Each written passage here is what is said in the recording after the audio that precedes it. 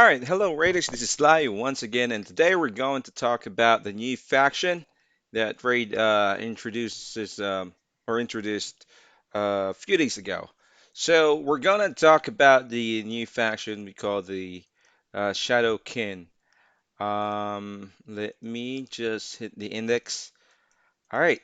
So on today's video, we're gonna talk about each champion skills and usage, if they're valuable for certain content or certain dungeons or clan boss or whatnot, and if it's going to be essentials for them to be booked or to be leveled to 60. All right. So let's start with, of course, the rare first. All right. Let's start with the rare here, Life Taker. So Life Taker has the A1 of attacks one enemy two times. Each hit has 30% chance of placing 100% heal reduction debuff for 2 turns.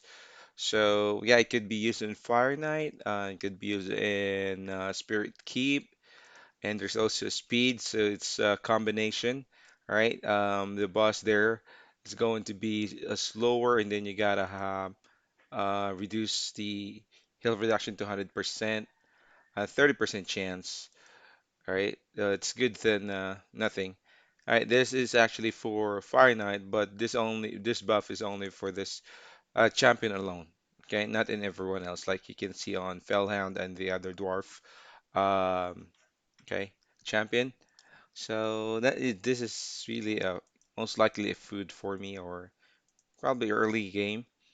Blood Mask. So Blood Mask attacks one enemy, has a 35% chance of decreasing turn meter by 10%. All right, good. He's based on HP, and then attacks one enemy has 50% chance of placing 15% decreased speed. So again, this is going to be another like early game champion. You can probably level him up to 50, 40, or 50. Good defense, good stats, good HP, almost 20k, but not really a champion that you would work on going to leveling up to 60. So probably 50 is the most. Okay, so let's go to the third champion here, which is the Fnatic. Fnatic is the only void rare champion for now. All right, A1, or skill 1, attacks one enemy, has a 30% chance of placing 30% decreased defense, which is the lower version, and debuff for 2 turns, has a 30% also of placing 60% decreased defense debuff instead if the target has under two or more debuffs. So most likely that will be on the bosses or right. It could work in clan boss, early clan boss. Attacks the skill T is attacks one enemy has 75% of chance of transferring to random debuffs from this champion to the target. Okay. Um, Base 50% increase attack buff on all allies for 2 turns. Remove one random debuff from each ally. All right. Well, it's decent enough. Probably you can use him in faction wars. This one, I don't think he can be used in clan boss. It could be, but it's this champion is attack-based champion, right? It's attack-based, so good defense, good attack. Probably early clan boss or early um, dungeon, but not really a game changer or must to uh, level up to 60. Okay, in my opinion. But of course, we do have that's really would depend on your roster or the champions that you have at the moment. And then let's start with the Epic here. So Epic, this is an HP based. So Turagi the Frog. So when I actually reviewed this Shadowkin earlier, this is probably the champion worth going to 60 if you're in the mid game or early on in the game and you don't have like attack down champion and a support. If you're for your clan boss and some other content also faction wars because this is like a provoke and then ally protection and shield. So this is really good. This is really good for clan boss and a support type. And then the decreased attack can be booked up to 40%. All right. And then, although it only attacks once, so you need to have like a counter attack or a support uh, attack down champion. And this one attacks all enemies, has a 50% chance of placing a provoke debuff for one turn. The chance rate increases by 5% for each debuff on the enemy team. Yeah, it could be really good in support in some dungeons, especially for faction wars. 3 turn cooldown, and that's really good. And then skill three, also a 3 turn cooldown. So this is really one of the best uh, support skills. Okay, I've seen in this faction. Place a shield buff equals to 15%. Then there's gonna be another 10% plus the mastery, so that would probably increase to around like 30, around 30-ish. Because I believe this is like I'm not sure if it's multiplicative or additive, but it's still good to know. And then 50% ally protection buff on all allies except for this champion for 2 turns. So it's really good in clan boss in a 3 turn cycle. And it also heals this champion by 25% of their max HP and places 30% reflect damage buff on them for 3 turns. So just imagine, all right, reflect damage for 3 turns. Okay, and then the heal increases by 2.5 for each poison. So yeah, this is the main reason why he's good in clan boss because of his skills. Actually would benefit from the champions that will be bringing in clan boss. Of course, you're gonna bring those poison champ.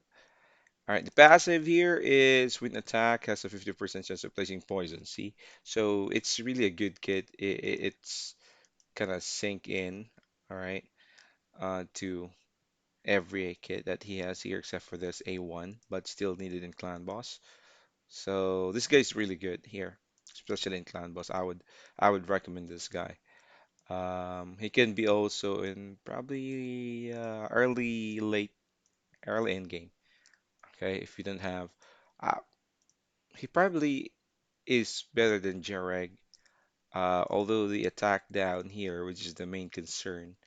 If you do have Sepulcher, well, pair with him.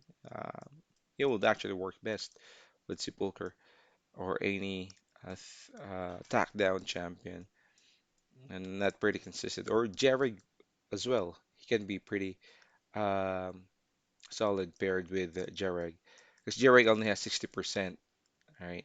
But if you do have a counter attack champ, then all right, it's nice to have this champion. Okay, so the passive here is increased ally resistance in all battles by 40%. So a really good HP here, HP stats. So defense, it's an average for an epic, oh rather low. Speed is 96, so that's cool. All right, let's go to the second epic here, Sachi. Sachi is a support epic. Then skill 1 is attack all enemies has a 40% chance of placing 50% decreased accuracy debuff for 2 turns. All right. It's an AoE and decreased accuracy. So this is really good in certain mobs which really has a lot of debuff. So we can decrease accuracy so those debuff won't land. But of course you need to have resistance on them. All right. But it's good to know just having attack all enemies. So you can definitely put her in a stand set, whatever um, sets that would benefit for an attack AoE champ. Um, and then attacks one enemy has a 75% chance of placing 30% decreased critical rate debuff and a leech debuff for 2 turns.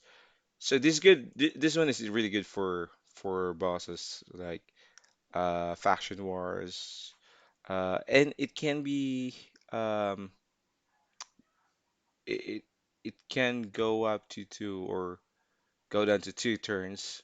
All right, once you have it booked, so it's cool. Then place 50% increase attacks buff on all allies for two turns. That's kind of cool. And then attacks one enemy. Fills turn meter of all allies 20% if this attack is critical. Okay, so it'd be hard for her to be used in Clown Boss. I don't think she's actually viable. But probably Faction Wars, and then revives a random ally with 30% HP whenever. Okay, this champion kills an enemy. All right, so for this to work, really need to have like a high attack. Oh, this should be your DPS, and has a 50% chance of placing fear debuff on all enemies for one turn whenever an ally is um, revived. Okay, it's kind of cool, but that's not really. I would recommend using this champion and leveling up to 60, probably 50, or if you really need someone, a support, okay, for your faction wars team, which I don't think it's not going to be possible yet in I don't know, a couple of months. Um, yeah, but I wouldn't really recommend getting her to 60. So next up is one of the legendary Gintoro. Okay, this champion is really cool. All right. I believe this is one of the legendary swords I watch on YouTube. Okay. The design. Yeah, this is one of the legendary swords. All right, so that's really cool. The artwork here, and it's really from like a real samurai here. All right. Okay, so let's go to the kit or the skills. So skill one, attacks one enemy, grant an extra turn if this attack kills an enemy. All right, that's cool. Damage can be plus 20%. All right. It attacks one enemy, steals 100% of target's turn meter. Wow, that's cool. So, y- all right, 100%. It's like I'm gonna remove their turn meter, put it on your uh s- on this champions. All right, so it's probably gonna be twice. This champion will actually attack twice. So if not, let's say it's a boss. Decrease the cooldown of Honest Rage by one turn if the target is immune to turn meter reduction. So for bosses which are immune, let's say dragons, okay, also Doom Tower bosses. Um, oh, I think it's not immune, but it's just a reduction. So let's say dragon or clan boss. This skill would really benefit this champion. Um, Skill 3. Because just imagine, attacks one enemy and then places 60% defense, decreased defense, debuff on 25% weaken, debuff for two turns. So this is really cool.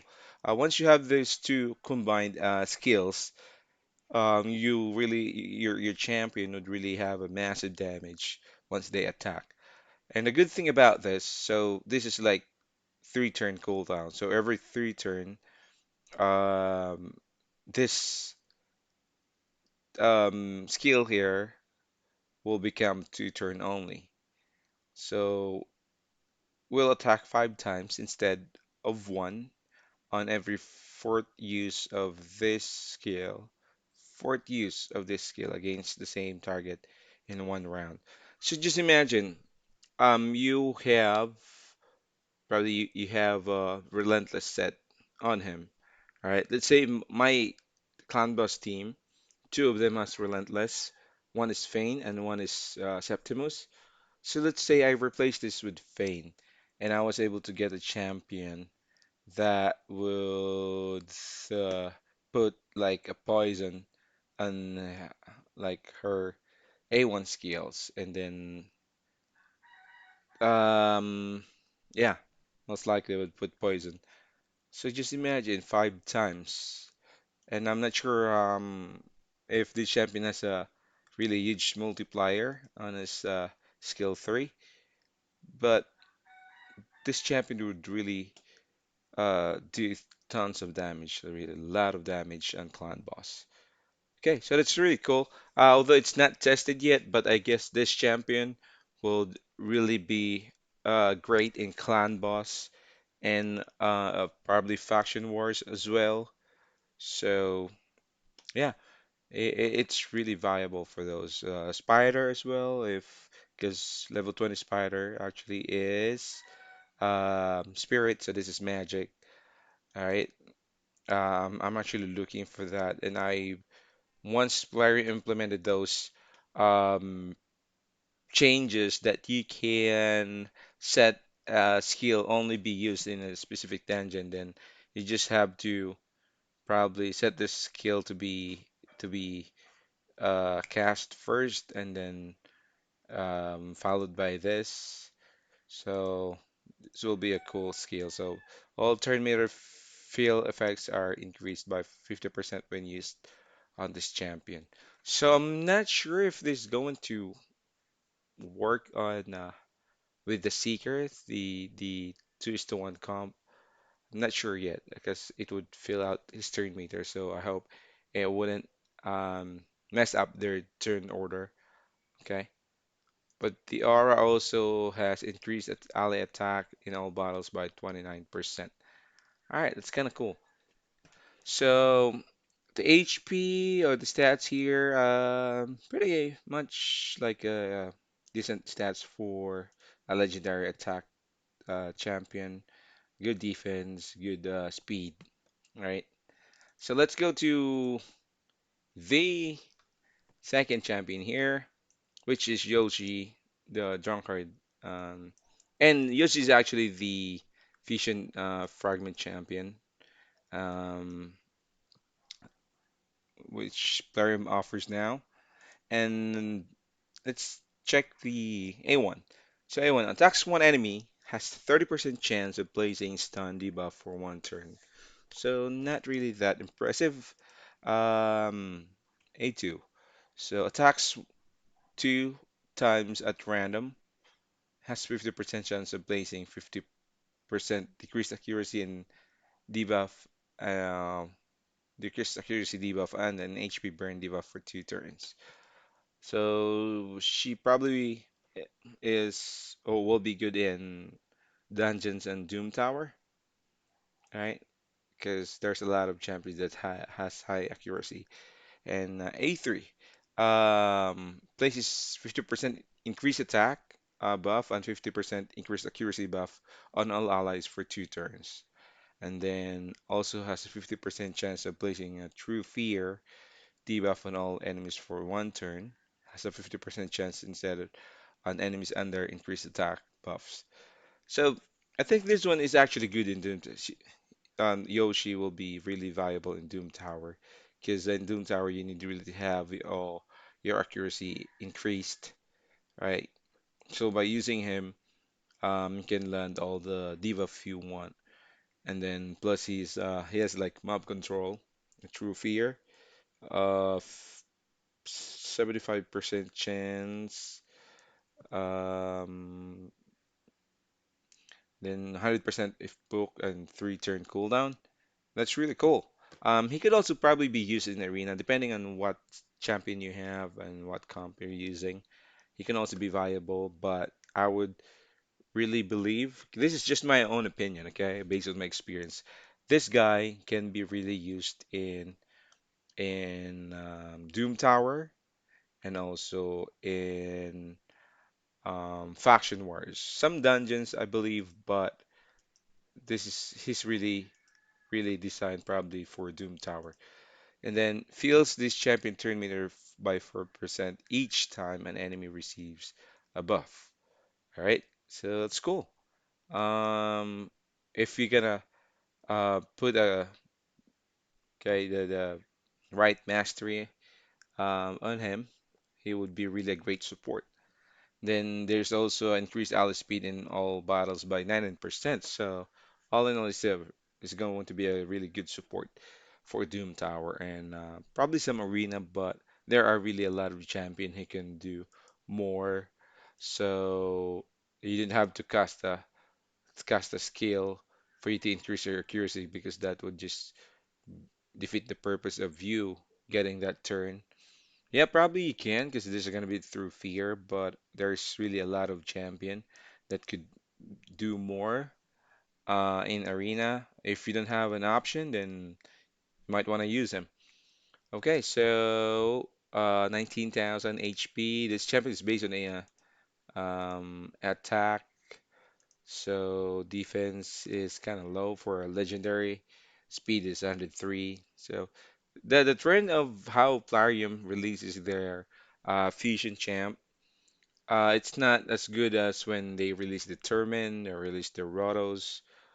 Even the Astralon previously is not really as cool as the Fusion Champion they released before, right? Prior to Rotos, which was being nerfed. All right. The last but not least is Jinsen or Ginsen. Um, attacks one enemy three times. Okay, Spirit. So he's will be really best for Fire Knight. Each hit fills the turn meter um, by 6%. So just imagine if you have him on a Relentless set. All right, that's really cool. He will get another 24% or 18% turn meter, and then has a 50, I believe 18% chance to attack again if you're using putting him on relentless, and then attacks all enemies has a 75% chance of placing 60% decreased defense. Debuff for 2 turns. Each hit fills this champion turns meter by 10%. Wow. So this can be booked to 3 turn. Okay. And it can be 100% chance once booked. All right, so it's like kind of related to Kale's um, skill. So if you're using him in a spider, and that would definitely give him a chance to, uh, let's say, if you put him the like relentless and then really put him on 100% or probably 80% to 100% critical rate, and you put him on like pump up the critical damage, then some accuracy. This guy will be really good nuker in some dungeons, especially for Spider. All right, that's cool. Um, and then skill 3 is attacks one enemy will ignore unkillable. Okay, well, this is really cool. I believe he would be the first one, if I'm not mistaken. Um, there are some champions like um, avoid epic like faceless who can ignore block damage buff and then shield and defense but unkillable. I think no champion says that kind of skills yet, but I'm gonna go ahead and do some research. Okay, that would ignore unkillable because it's already unkillable. You can ignore that. So but this of course it's skill versus the skill. So fills this champion's turn meter by 30%. Fills the champion turn meter by 60% instead if the target has 50% HP or less after this attack. So if you're able to do 50% damage or more, you're gonna have another 60% turn meter. All right, so this champion will be best if you wanna put him on Relentless set. Also decreases the cooldown of the Steel, Parting, and Faded Vengeance skills by 1 turn if this attack kills an enemy. All right, and then Increase this champion speed by 10 and resistance by 50 if there are fewer champions on this champion's team than the number of enemies on the enemy team. So for Spider, definitely. I'm not sure if the Spider is counted as an enemy, but always works in fighting bosses. So he's really good in Spider. What else? Also for I think Spider, yeah, and then also good in um Arena, but I believe he's really good in dungeons. So for Arena probably, but yeah, anyone can actually do tons of damage if being geared properly, but this one really is the game changer if there's like an unkillable. Um, Especially now that they most of the team in Platinum has like Swift parry um, gear set, then I'm pretty much sure that this skill would also work uh, to them. So that's pretty much about it. And attacks has really high attack here, low defense, good speed, all right, good critical rate. All right, so yeah, he's probably going to be a decent champion for Arena and some of the dungeons. But if I'm gonna pick an overall really uh, hero for Shadowkin, I would I would pick him. I would pick him, all right? Because he has an three attacked three times in his A1, so that's really good for um, a champion that you will be using in some content and other, um, like say Fire Knight, and also has some skills here which can be used in Spider, and then this is going to be for Arena, for again dungeons. So overall, this is going to be my top one pick for Shadowkin, followed by Gintoro, and then followed by this guy. But I guess this guy is really good in a certain content like Clan Boss. All right, that's really four of them is going to be considered to be leveled up to 60 and booked. All right, so that's my take on it, guys. That's just based on my experience and my opinion. If you know something which I probably haven't mentioned, you can put a comment below and consider subscribing for us to give you more content that would probably help you decide what's going to, or if you really need to have this champion level to 60, or if you need to have them booked. All right, just to avoid mistakes, as this is really made for free to play or low spenders. So um, resources is really what we lack most. All right, so to avoid wasting your resources, you need to have some guide. And help me out by subscribing and putting a comment and like on my channel so we could do more videos for you. And the next video, if you please hit the notification bell because we're gonna be discussing the top epics in the game that should be booked once you have them. All right, it's a must.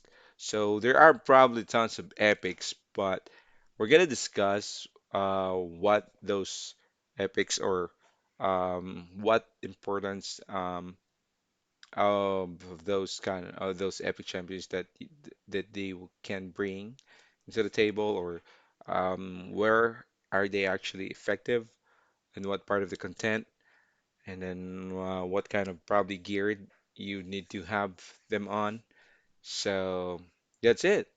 All right, so that's gonna be our next video. So this is Sly once again. Thank you for watching, and again, please subscribe so you can see more of the content in the future to help you um, make a faster progress and minimize your mistakes in playing Raid Shadow Legends. Okay, so Fire Night is now on. Thank you again, and you have a great day. Bye bye.